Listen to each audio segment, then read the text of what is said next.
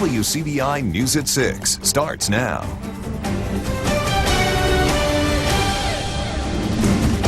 Good evening, everyone. A midday bank robbery shocks the small town of Sulligent, Alabama, and the suspect is still on the run tonight. The robber held up the First National Bank on Highway 17. Our Jory Talley has been following the story since it broke. She joins us live in the studio with more on that. Jory. It happened before noon today in a small town that's not used to this sort of crime. Police have a description, but few leads on the suspect. Sulligent PD is leading the investigation, but the FBI, ABI, and Lamar County Sheriff's Department are helping with the case. Thursday morning was anything but business as usual at First National Bank in Sulligent, Alabama. The gentleman walked up to one of the tellers and passed a note to her. No gun was ever shown and no gun was ever visible during this altercation. The tellers followed our protocol and gave the gentleman what money he asked for, and the gentleman went to another teller window and did the same thing. Sulligent Police Chief Rick McDaniel says the call came in at 11:53 and officers and deputies immediately flooded the scene. The bank is just 2 blocks away from the police department. He was wearing black pants, a white polo type shirt, a camouflage type hat with an orange or red backing, possibly an Alabama or Mississippi State cap. He had a dark beard, possibly 5'9", probably 180, 200 pounds. He left on foot, maybe had a car parked somewhere else. I figure he's out of the area now because all the descriptions and from the pictures that I've seen from the camera system, I don't recognize this gentleman. And so I don't think he's from here. And I think everyone is safe. McDaniel says as of now, there's not an accurate count of how much money was stolen from the bank. Last information we had, he had a yellow bag, and that's the bag that he had apparently brought in with him. And that's what he carried the bag out with, the money out with. The robbery put both local banks on lockdown and shook up this small town of less than 2,000 people. That's why it's so good that all of the law enforcement agencies in this county work together, because when something of this magnitude takes place, everybody responds without even asked. City Manager Brett Ballard says everyone is on high alert. We're just telling them to be on the lookout. We've got a fine police force. We've got a lot of folks out looking. Very confident that it'll be a safe situation, but we're definitely telling them to be on the lookout because the guy is still at large. Investigators say no one was injured. McDaniel says officers won't stop searching for the suspect until they find him. Investigators are looking for 2 men accused of being part of a $100,000 embezzlement scheme. Devonta Pierre and Tavares Brown are wanted for questioning. Lee County Sheriff Jim Johnson says the two worked for Mitchell Distributing. They allegedly stole merchandise and sold it to stores who would then resell the stolen merchandise without paying taxes. 5 others have been arrested and charged in the case. Products were taken to multiple locations that sell products that are distributed by Mitchell Distributing Company. The 2 stores that we have positively identified are located in Chickasaw County. With the situation of the individuals being employed, they were personally gaining from products that were obtained through their employer, and that's where embezzlement comes in. The Mississippi Department of Revenue and the Alcohol Beverage Commission are also part of the investigation. Stores that sold the stolen merchandise could also face charges. Cities and towns across Mississippi will soon have a new way to collect certain debts. Our Allie Martin talked with one city clerk who says the new law is long overdue. Houston City Clerk Lisa Easley and her staff help keep track of day-to-day business at City Hall. Part of their duties involves collecting payments for services such as water. Until recently, when an overdue bill went unpaid, there wasn't much the city could do. If they don't pay, then you and I are paying. But a new law passed during the recent legislative session allows cities and counties to garnish state income tax refunds for debts or fines of $50 or more. The law says cities and counties wanting to collect an overdue bill can contact the Mississippi Department of Revenue and submit the debt owed for collection.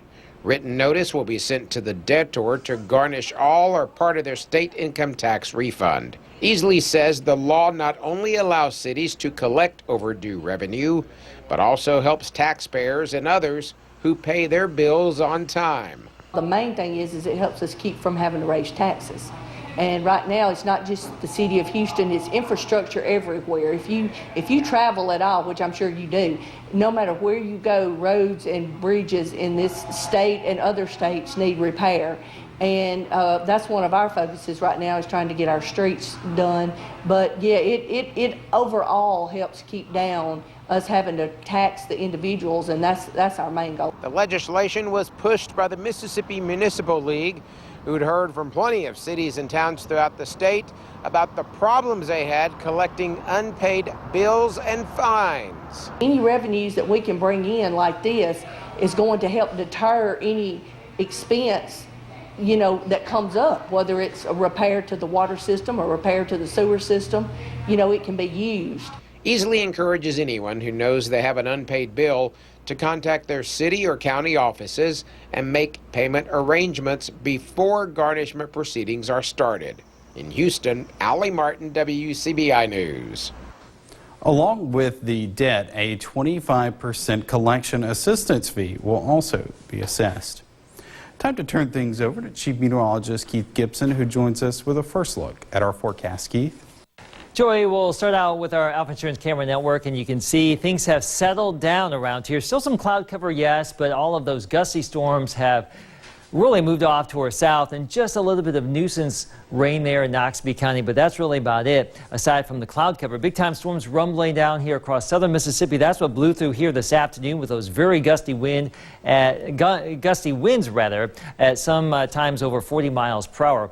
Upper 60s, low 70s now. We're going to be in this ballpark here going into this evening. So variably cloudy but quiet. No issues here for the next couple of hours. Your full forecast coming up.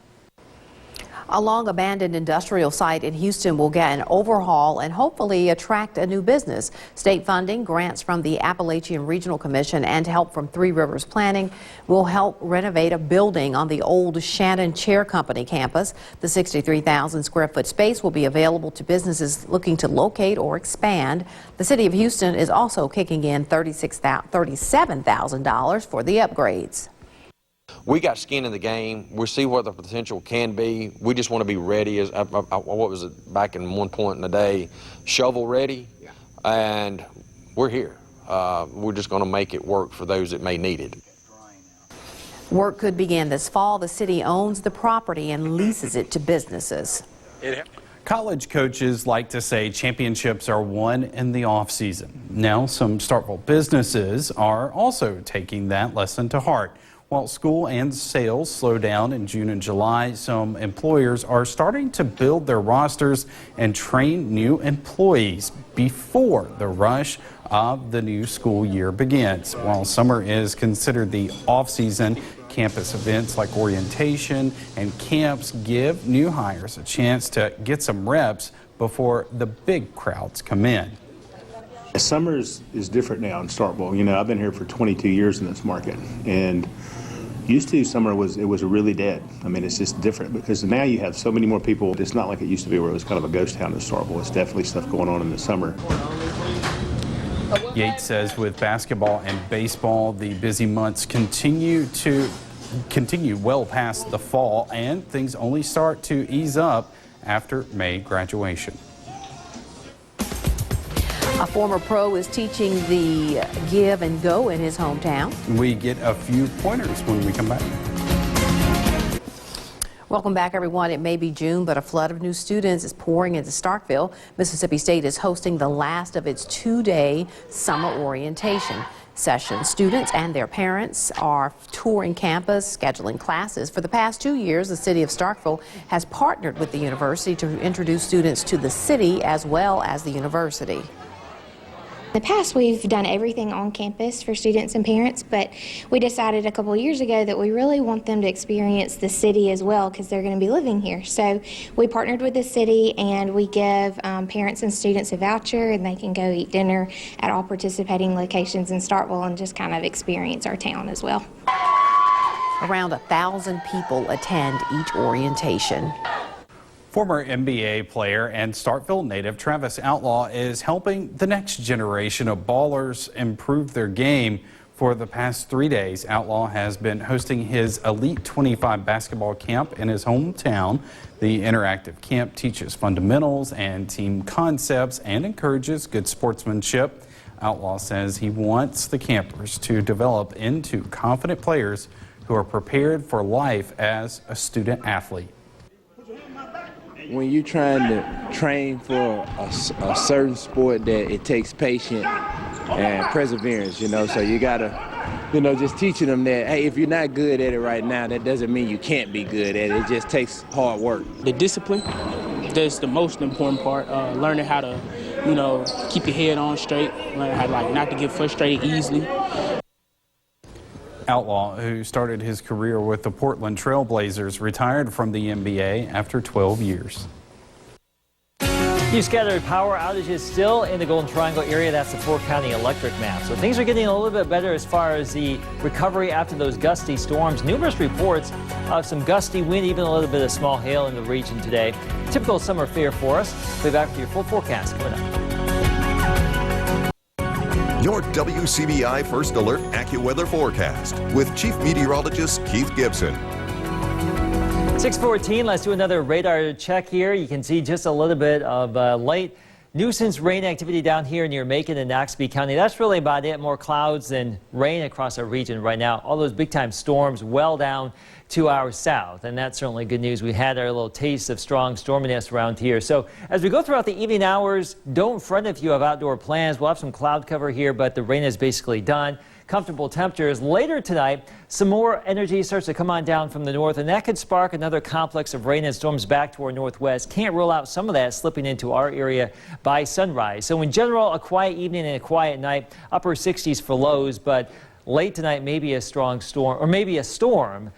Somewhere in the region earlier today. Strong storms this morning clustered near Memphis. That was 9 o'clock this morning. I just want to show you the path that these storms took down along I-22. And once it got to Tupelo, they really started to intensify just a little bit, and then continuing to intensify as they moved down to the south. And along that low gust front right there, that's where we were kicking up some wind speeds up to about 45 miles per hour. This is how it looked in Louisville today. Louisville, Mississippi, our Alpha Insurance time lapse. So wind, and then a little bit of rain and some thunder and lightning, and that was about it. It was a quick hit. You can see this tree that came on down west of Louisville earlier this afternoon with some of those higher gusts. Also in Starkville, a tree coming on over, and the wind stirring up the dust here down in Macon. That was with the gust front right there, swirling around some of that dust out there. Speaking of the gust, anywhere from about 35 in Starkville to 44 in Tupelo and in Columbus. So pretty breezy out there, but keep in mind severe storm criteria is actually 58 miles per hour. So not that strong, but still gusty nonetheless. This weekend, low 90s, warm and humid, a few more pop-up storms Saturday and Sunday. That rain chance 30%. So not everyone will see a storm this weekend. It's going to stay warm, steamy. You know the drill here this time of year.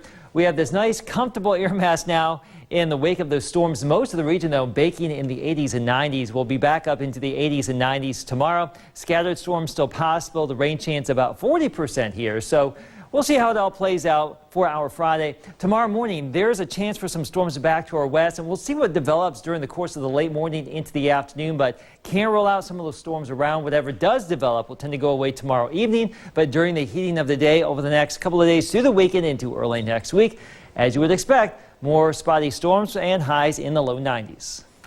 The high school football tour continues on with the Warriors of Nanawaya. That's coming up next in sports. Your WCBI Sports with Courtney Robb is brought to you by your local Ford dealers. Go further.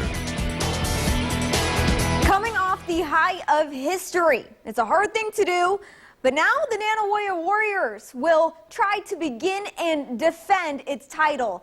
With big plans in running 1A back-to-back, the defending 1A state champions are the fourth stop on the high school football tour. The goal is back-to-back.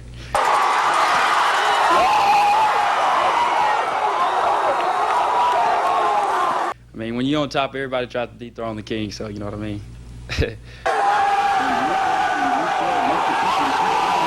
all eyes yet again on Nanawayo, but for the first time, it's the Warriors sitting alone at the top.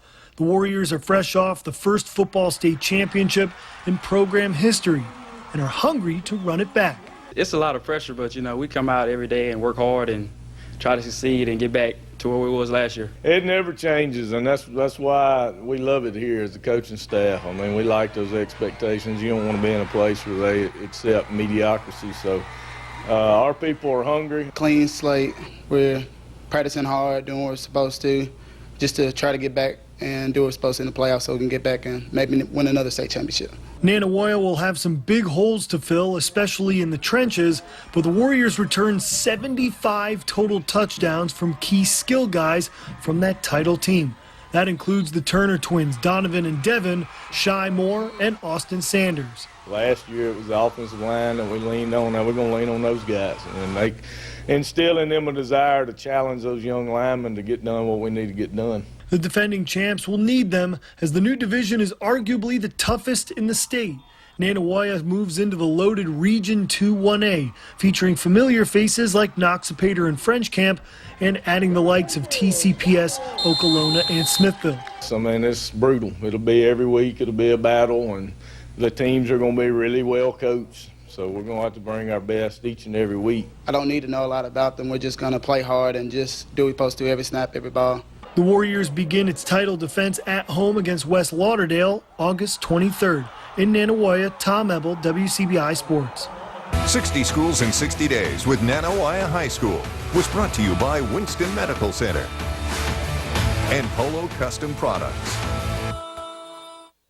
The high school football tour rolls along with the new Region 2 1A with Smithville to end the work week.